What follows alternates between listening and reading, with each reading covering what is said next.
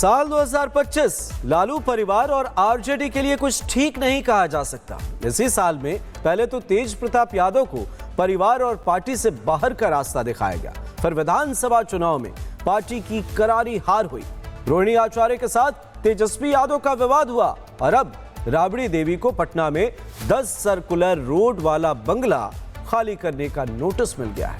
और ये सभी चीजें कहीं ना कहीं लालू के छोटे लाल तेजस्वी यादव से जाकर जुड़ जाती है। देखिए रिपोर्ट।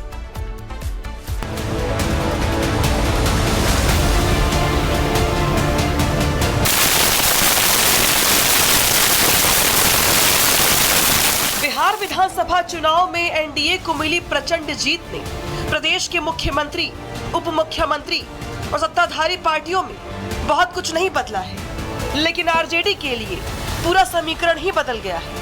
2010 के बाद आरजेडी एक बार फिर से बहुत कमजोर दिखाई दे रही है। इसी बीच प्रदेश सरकार की ओर से जारी किए गए एक आदेश ने सूबे की सियासत में भूचाल ला दिया है। वो आदेश है प्रदेश के पूर्व मुख्यमंत्री और बिहार विधान परिषद में नेता प्रतिपक्ष राबड़ी देवी के आवास का पता बदलना।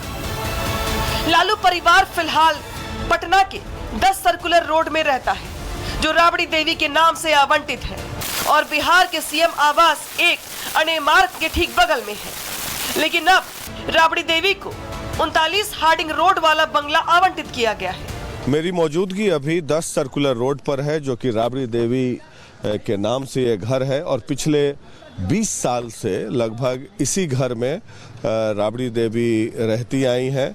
और मुझे याद है जब राबड़ी देवी मुख्यमंत्री पद से हटी थी और नीतीश कुमार सत्ता पर काबिज हुए थे, तो 2006 में इस घर में आए थे राबड़ी देवी के साथ, अपने परिवार के साथ। उसमें तेजस्वी यादव भी छोटे थे। तो कल एक नोटिफिकेशन आता है जिसमें कि इस घर के बदले राबड़ी देवी को दूसरा 39 हार्डिंग रोड में आवंटित किया गया है एक नया घर।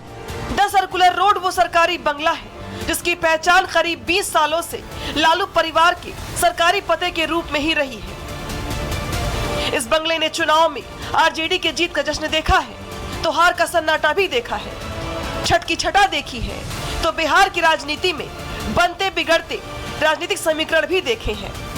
लेकिन अब लालू परिवार को इस बंगले को खाली कर 39 हार्डिंग रोड वाले बंगले में शिफ्ट होना होगा।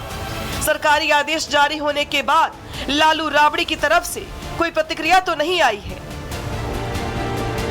लेकिन आरजेडी नेता इस फैसले से तिलमिला जरूर गए हैं। उन्होंने इस फैसले को राजनीतिक दुर्भावना से ग्रसित बताया है।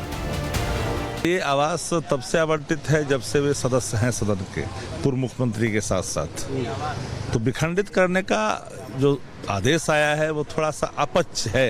ये राजनीतिक सुचिता यहाँ पे भंग होती है। हालांकि जिनके पास ये विभाग है वो तो सुलझे हुए हैं, लेकिन भारतीय जनता पार्टी का दखल सत्ता में, चौधरी जी मंत्री बने, मैंने हमने कहा सत्ता भारतीय जनता पार्टी की दखल काफी बढ़ी है, इसमें कोई इसे नकार नहीं सकता।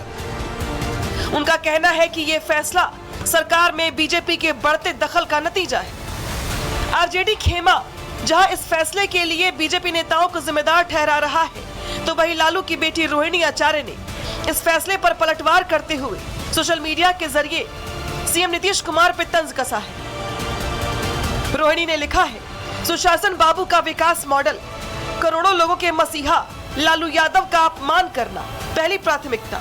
घर से तो निकाल देंगे, बिहार की जनता के दिल से कैसे निकालिएगा? सेहत नहीं तो कम से कम लालू जी की राजनीतिक कद का ही सम्मान रखते। ये 39 हार्डिंग रोड है, नया राबड़ी देवी का आवास है, जो कर्णांकित किया गया है लीडर ऑफ अपोजिशन के रूप में। और हमारे सहयोगी दिखाएंगे इसमें। देखिए ये कैंपस है और इसमें इसी में जो घर है ये नया राबड़ी देवी का आवास होगा। आरजेडी वाले कह रहे हैं कि लालू यादव बीमार रहते हैं और उनको अन्यथा डिस्टर्ब किया जा रहा है, जिस घर में वो पिछले 20 साल से रहते आए हैं, और सिमिलर नेचर का घर है।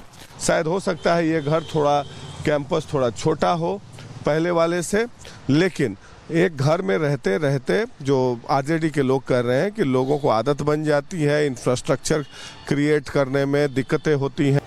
39 हार्डिंग रोड वाला बंगला राबड़ी देवी को विधान परिषद में नेता प्रतिपक्ष की हैसियत से अलॉट किया गया है, जिसे बीजेपी नियमानुसार बता रही है, तो वहीं कांग्रेस ने अलग ही राग अलापा है। राबड़ी जी को जब वो आवास मिला था और उस समय जो उनका स्टेटस था, सरकार और महकमा बदलते रहता है और इसीलिए आवास भी अलग अलग कैटेगरी में लोगों को दिया जाता है। इसीलिए आवास से कभी भी, सरकारी आवास से मोह माया नहीं करना चाहिए।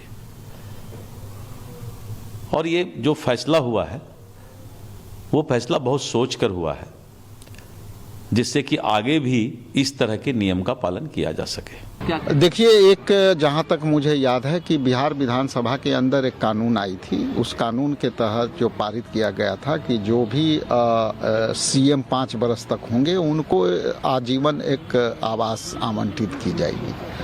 तो उस प्रक्रिया को यदि कमज़ोर किया गया है तो ये हम समझते हैं कि इसको सरकार को सोचना चाहिए कि यदि वो प्रक्रिया पहले से चालू है तो उस प्रक्रिया के बावजूद होते हुए भी इस तरह की जो भवन खाली कराने की प्रक्रिया अपनाई गई है तो सरकार को उस पर देखना चाहिए।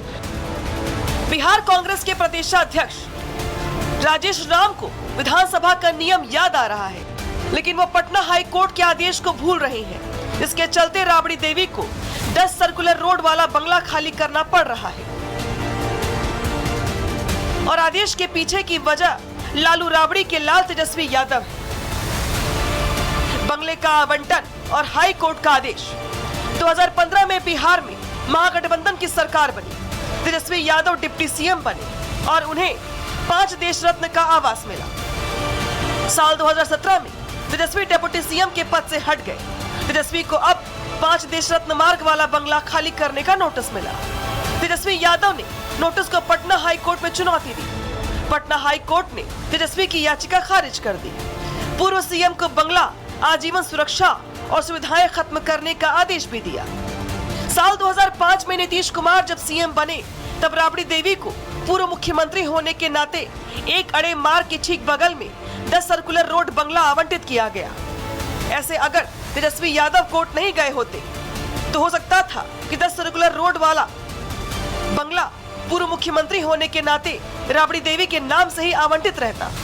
ऐसे में कहा जा सकता है कि तेजस्वी यादव का 2017 वाला दाव 8 साल के बाद 2025 में उनके ही परिवार पर भारी पड़ रहा है। ऐसे में 2025 का साल लालू परिवार पर ही भारी दिखाई दे रहा है। पहले तेज प्रताप यादव को लेकर परिवार में विवाद हुआ और वो घर और पार्टी दोनों से निकाले गए। फिर विधानसभा चुनाव में करारी हार मिली। इसके बाद रोहिणी आचार्य को लेकर विवाद हुआ, परिवार की जमकर किरकिरी हुई और अब तकरीबन 20 साल पुराना घर खाली करने का नोटिस मिल गया। Bureau report, Republic Bharat.